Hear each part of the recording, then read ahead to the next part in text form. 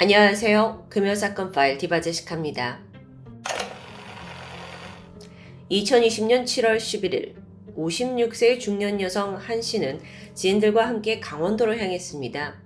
산에 가서 산나물과 약초를 따기 위해서였죠.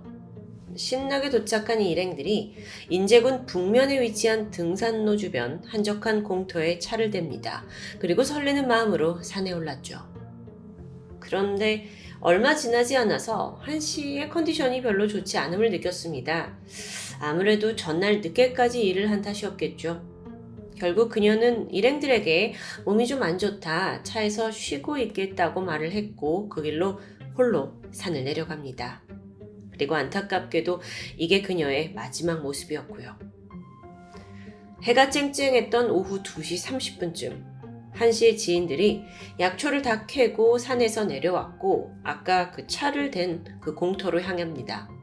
그리고 가까이 다가가면서 너무도 충격적인 장면을 목격하게 되죠.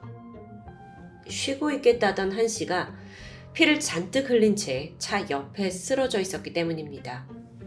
주변에 핏자국이 낭자했어요. 그리고 무엇보다도 한 씨의 목이 반쯤 잘려 있었습니다. 몸에 수십 개의 자상이 남아있고 숨은 이미 끊어져 있고요. 현장에 출동한 경찰은 긴급 수사에 나섰습니다. 조사를 해보니까 한 씨의 몸에서 발견된 자상이 무려 49개, 대부분 목 주변이었는데요.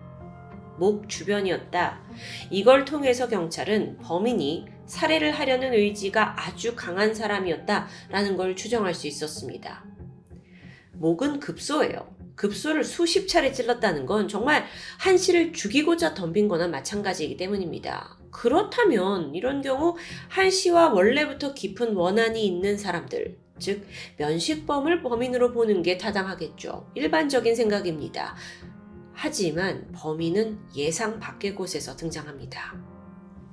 우선 경찰이 가장 먼저 확보한 증거는 차량에 남아있던 지문과 블랙박스 영상.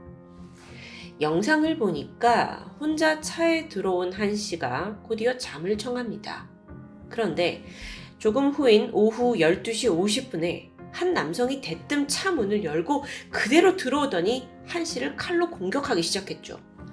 너무도 순식간의 일이었습니다. 한 씨가 이때 "왜 이러세요? 이유가 뭐예요?" 라고 격하게 저항을 했는데요. 범인한테 발길질을 하기도 했죠. 이 모습으로 봤을 때는 전혀 모르는 사람인 듯합니다. 그러자 범인이 한 씨의 발목을 칼로 찔러서 제압했고요. 그 다음으로 목을 집중적으로 공격해서 한 씨는 더 이상 소리조차 지를 수 없었습니다. 이후에 범인은 수십 번 칼을 찌르게 되죠. 한 씨는 저항조차 하지 못할 만큼 몸이 축 늘어졌고요. 잠시 후에 숨을 거두고 말았습니다. 직후에 범인은 유유히 현장을 떠났습니다. 이 영상에 남아있는 살해 장면이 정말 너무도 잔혹하기 그지없었어요. 경찰은 즉각 그 영상 속 남성을 추적하기 시작했죠. 그리고 당일 밤 11시에 이 현장에서 4.7km 정도 떨어진 근처 이웃마을에 살던 20대 남성 한 명을 체포합니다. 23살의 이 씨였죠. 경찰이 처음에는 이 사건이 원한관계에서 비롯되었다고 생각을 했습니다. 그런데 이 씨를 체포하고 보니까 예상과는 전혀 다르게 피해자 한 씨와 이 씨는 어떠한 일면식도 없어요. 연결고리가 전혀 발견되지 않는데요. 그러고 보니까 이 사건은 이른바 묻지마 살인사건이었던 겁니다. 추후에 이 씨를 계속 조사를 하던 경찰과 프로파일러들은요, 이 사건에 대해 생전 처음 보는 케이스라면서 아주 의아하게 생각했습니다. 왜 그랬냐? 그 전에 대한민국에서 있었던 일명 묻지마 사건들과 이 사건이 패턴이 너무도 달라요. 자, 이 씨가 저지른 이 범행. 살인은 금전을 노린 강도살인도 아니었고요. 여성 혐오에서 온 것도 아니었습니다. 본인의 신변을 비관해서 온 살인도 아니고 종교적인 이유로 저지른 것도 아니고요.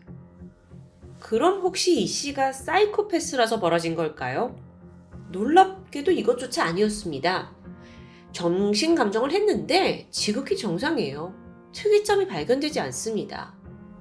한마디로 이 사건은 문제가 살인의 이유가 없어서 문제였어요. 경찰 역시 도대체 왜 죽인 거냐? 라는 질문에 초점을 맞췄지만 영 답을 찾지 못하는 듯 했죠. 자, 그렇게 뭔가 미스테리하게 흘러가던 찰나 이 씨의 소지품에서 단서를 포착합니다. 그 단서라는 건 이 씨의 일기장이었는데요. 일기장을 아주 오랫동안 써왔어요. 그리고 그 안에 담겨져 있는 내용들은 가히 충격적이었죠. 우선 안에 보면 불특정 다수에 대한 정말 이유 없는 증오를 그냥 토해내고 있었습니다. 내용을 잠깐 보실까요? 세상 모든 사람이 나에게 비아냥거리고 시비를 걸어서 화나게 만든다. 나는 깨끗한 백임으로 사람들을 심판하고 죽일 권리가 있다. 대부분의 사람은 무례하다. 인간은 절대 교화될 수 없다. 나는 다른 사람을 심판하고 다 죽여버릴 권리가 있다. 닥치는 대로 죽이기는 해야겠지만 기본적으로 100명에서 200명은 죽여야 한다. 호. 이 일기장을 본 경찰은 즉각 이런 생각이 들었죠. 아, 이 사람은 연속살인을 계획했겠구나. 여러분, 여기서 연속살인이라는 건요, 연쇄살인과는 좀 다른 개념입니다. 보통 처음 살인을 저지른 후에 어느 정도의 시간, 그러니까 냉각기를 갖고 나서 두 번째 살인을 저지르는 걸 연쇄살인이라고 해요. 반면에 한 번의 기회에 다수를 살인하는 걸 연속살인이라고 하죠. 과거 국내의 내무반 총기 사건 같은 게 연속살인에 포함된다고 볼 수 있습니다. 이 씨는 자기가 시간을 끌면 잡혀버린다. 그러니까 한 번에 많이 죽이자라는 극단적인 생각을 했던 사람으로 보입니다. 아니, 그런데 근본적으로 이 씨가 어쩌다가 이런 끔찍한 생각들을 한 거고 이게 도대체 어디서 비롯된 걸까요? 왜 세상이 다 그를 싫어하고 미워하고 무시한다고 생각한 걸까요? 추 이 씨의 자백을 들어보니까 그는 초등학교 고학년 때부터 이런 감정에 아주 강하게 휩싸였다고 합니다. 어릴 적부터 가족 간의 불화가 심하긴 했는데 자연스럽게 부모에 대한 적대감을 가지고 자라나게 되죠. 근데 이게 세상을 향하게 되고 이내 점점 시간이 지나면서 세상의 모든 사람들이 다 적으로 느껴지기 시작한 겁니다. 심지어 초등학교 때는 사람 죽이는 일을 직업으로 삼고 싶다라고 생각을 했을 정도로 아주 왜곡된 삐뚤어진 가치관이 성립되어 있었는데요. 그렇게 성장을 했고 20살이 됐을 무렵입니다. 이 씨가 군대에 입대를 했는데 일기장은 계속되고 있었어요. 당시에 쓴 내용을 보면 살인과 관련된 수많은 내용들이 아주 상세하게 적혀 있습니다. 이렇게 하면 사람을 죽일 수 있다더라 하는 방법론뿐만 아니라 자기가 직접 고안을 해낸 어떤 살인 기계에 대한 내용도 있고요. 심지어 군대 동기의 장기를 도구로 빼내는 어떤 그림이 남겨져 있기까지 했어요. 굉장히 오싹한데요. 아무래도 이 군대란 곳이 뭔가 사람을 죽일 수 있는 무기들이 사방에 펼쳐져 있기 때문에 그의 살인 욕구가 극에 달했던 것으로 보입니다. 그런데 여러분, 소름 돋는 부분은 따로 있어요. 이 씨의 주변 친구들, 그리고 군대 동기들, 그 누구도 이 씨에게 이런 잔혹한 면이 있는지 전혀 몰랐다는 겁니다. 아주 평범한 20대 남성일 뿐이에요. 어떻게 그렇게 숨기고 살 수 있지 싶었는데, 보면 이 씨가 본성적으로 자신의 행동을 굉장히 엄격하게 통제해왔던 것으로 보입니다. 이 사람은 어릴 때부터 너무도 살인이 저지르고 싶은 그런 사람이에요. 그런데 한편으로는 내가 완벽하게 준비가 되기 전까지 절대 시작을 하지 않겠다라는 다짐도 크게 하는 건데요. 심지어 굉장히 본성이 좀 악하다고 볼 수 있는데도 작은 경범죄조차 저지르지 않고 철저하게 본능을 누르고 살아온 겁니다. 그게 굉장히 전 더 무섭다고 생각이 들었어요. 어쨌든 시간이 지나서 군대를 전역했고 이때부터 이 씨는 집에 샌드백을 하나 사둡니다. 그리고 그걸 가지고 살인 연습을 시작했죠. 또한 인터넷으로 살인 영상을 찾아보면서 살해를 막 하고 싶은 그 욕구를 해소하기도 했고요. 그러면서 조금씩 자신만의 그 대계획을 구체화시켰고 마침내 거기에 쓸 흉기까지 결정합니다. 흉기. 이 씨가 선택한 살인 도구는 엽총이었습니다. 최소 한 번에 100명에서 200명을 죽여야 된다고 생각했잖아요. 거기엔 총만한 게 없었죠. 근데 한국에선 면허가 없으면 총기를 구입할 수 없고 소지도 불가능하죠. 그래서 이 씨가 선택을 뭘 하냐? 총기 면허를 따기 위해서 사냥과 수련 면허 시험에 응시합니다. 자, 이게 이제 대계획의 시작인 거죠. 그래서 이 일정에 맞춰서 모든 계획을 짜놨는데 예상치 못한 일이 벌어지죠. 시험 일정이 연기된 겁니다.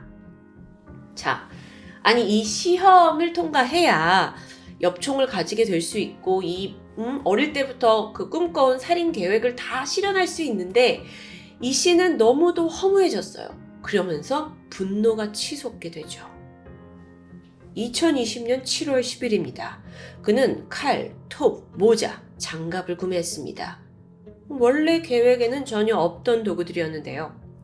그리고 바로 다음 날인 7월 11일, 인제군에 있는 한 등산로 공터로 향했죠. 그 공터, 한적한 곳이었는데 예전부터 살인을 할 만한 좋은 장소다라고 생각해 오던 곳이었습니다. 사실 이전에 인제군에 있는 지도를 미리 출력해서 범행을 할 만한 장소, 그리고 범행을 저지른 후에 어떻게 도망쳐야 하는지 동선까지 세세하게 짜놨다고 해요. 왜 발각이 되지 않아야 하냐라는 것에 대해서는 나는 그래야 더 많은 사람을 죽일 수 있다 라고 이유를 댔던 사람입니다. 그러니까 완전 이 뇌 구조가 너무도 일반적이지 않았던 거죠. 어쨌든 그날 그 미리 찜해놓은 등산로 공터에 도착을 했는데 마침 그때 이 차 안에서 홀로 쉬고 있는 사람이 있었습니다. 바로 중년 여성 한 씨였죠. 한 씨가 피해자가 된 이유는 그냥 하나였어요. 이 씨가 살인을 마음먹은 그날에 그 자리에 있었기 때문입니다. 그리고 나서 생면부지 처음 보는 한 씨를 수십 번 잔혹하게 찔러서 살해했고 이후에 그는 태연하게 집으로 돌아갑니다. 그런데요, 아니 그토록 원했던 첫 살인이에요. 근데 이 사람이 연속 살인을 계획했을 만큼 100건, 200건을 하고 싶다 했는데 단 한 건으로 하루를 끝냈던 걸까요? 네, 그랬습니다. 왜 그랬는지 이유를 좀 추정해 봤는데 일기장에 그날의 감정이 남아 있었어요. 살인을 했는데 흥분이나 재미, 죄책감이 느껴지지 않는다. 그냥 귀찮을 뿐이다. 내가 왜 이딴 걸 위해 지금까지 시간을 낭비했는지 의미도 없고 재미도 없고 귀찮기만 하다. 아예 시작을 말았어야 했나? 다소 좀 모순되는 감정입니다. 그런데 또 이게 살인을 저지른 직후에 그가 써놓은 거기 때문에 만약 그가 잡히지 않았더라면 이 씨가 얼마나 더 무모한 살육을 했을지는 모르는 일이죠. 다행히 이 씨의 행적은 블랙박스에 남아있었고 사건 발생 수시간 만에 그는 검거되었습니다. 검찰은요, 1심, 2심 모두 이 씨에게 사형을 구형했습니다. 워낙 이 인간이 초등학교 때부터 살인 충동에 사로잡혀 있었고 또 구체적인 계획까지 했고 당연히 재범의 위험성이 높은 사람이라고 판단했던 겁니다. 그런데 이 씨는 또 이걸 그냥 받아들이지 않았어요. 심신미약을 주장하면서 치료 감호 처분을 요청했죠. 근데 여러분 기억하시죠? 정신감정 결과 지극히 정상이었습니다. 그래서 받아들여질 수가 없고요. 경찰은 오히려 이 모습을 보면서 이 씨가 반성의 기미라고는 없구나, 더한 처벌이 있어야 된다라면서 혀를 차게 됩니다. 재판 과정에서도 아주 가관의 태도를 보여주는데 범행을 저지른 동기에 대해서 어린 시절에 워낙 불우한 가정 환경에서 나를 자라게 한 부모 탓이라면서 굉장히 연민적인 자세를 보여요. 남 탓을 하고 있는 거죠. 아니, 쓰레기 같은 집구석에서 태어났다고 한들 살인이 정당화될 수 있을까요? 아니죠. 그런데 이런 뻔뻔한 태도를 보이는 건요, 사실 그가 평소에도 굉장히 존경해왔다는 한 범죄자의 태도와도 일맥상통했습니다. 그 사람이 바로 한강 몸통 사건의 범인 장대호였죠. 여러분 장대호 익숙하시죠? 2019년에 모텔 종업원이 자신한테 무례하다는 이유로 그를 토막살인하고 한강에 유기한 아주 흉악 범죄자입니다. 왜 이 사건이 더 유명했냐면 장대호가 아니 흉악범이 양아치를 죽인 사건일 뿐이다 라면서 굉장히 자기 자신을 정당화하고 또 대중들 앞에서도 한결같이 떳떳한 모습을 보였어요. 다시 이 씨의 일기장에 돌아와 보면 이 장대호를 향한 존경심이 많이 보인다고 합니다. 이 장대호 사건이 획기적인 표본이다 라면서 그가 나의 롤모델이다 라고 적어두기도 했죠. 특히나 이런 부분이 있었는데요. 한 번의 거만함, 무례함으로 죽을 수도 있다는 걸 사람들에게 상기시켜줘야 한다. 이거 뭔가 일반인들의 머리 위에 자기가 있다라는 아주 위험한 사고방식이죠. 자기가 뭐 CD입니까? 어쨌든 이런 개똥 철학은 마치 명분이 있느냐 이렇게 일기장에 떠들어 놨는데 사실상 전문가들이 좀 더 철저하게 분석했을 때 그의 궁극적인 목표가 뭐냐? 그건 살인을 통해서 얻는 쾌락이겠죠.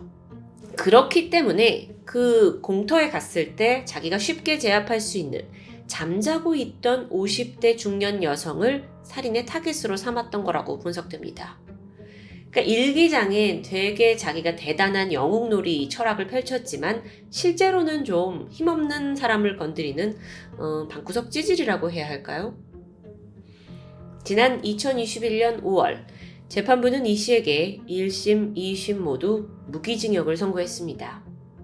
그는 유가족에게 전혀 미안한 기색이 없었고요. 반성의 기미도 없고요. 그저 살인이 생각보다 허무하다고 느꼈다라고 고백을 하는데 이게 오히려 모두를 더 황당하게 만들었죠. 실제로 재판장에서 그는 당신은 무기징역을 받습니다 라고 선고되는 그 시간 동안 그렇구나 이런 식으로 굉장히 담담한 태도를 보였다고 해요. 어쩌면 그가 공터에서 49번이나 사람을 찔러서 살해한 그 순간에도 이런 반응이었을 수 있습니다. 자, 이제 그에게 남은 건 남은 삶을 사회에서 영원히 격리된 채 죗값을 치르는 거겠죠. 또한 그 감방에서 몇 번이고 당신 자신은 그저 스스로에게 도취된 찌질하고 비열한 범죄자라는 걸 처절히 깨닫길 바랍니다. 금요사건 파일 디바제시카였습니다.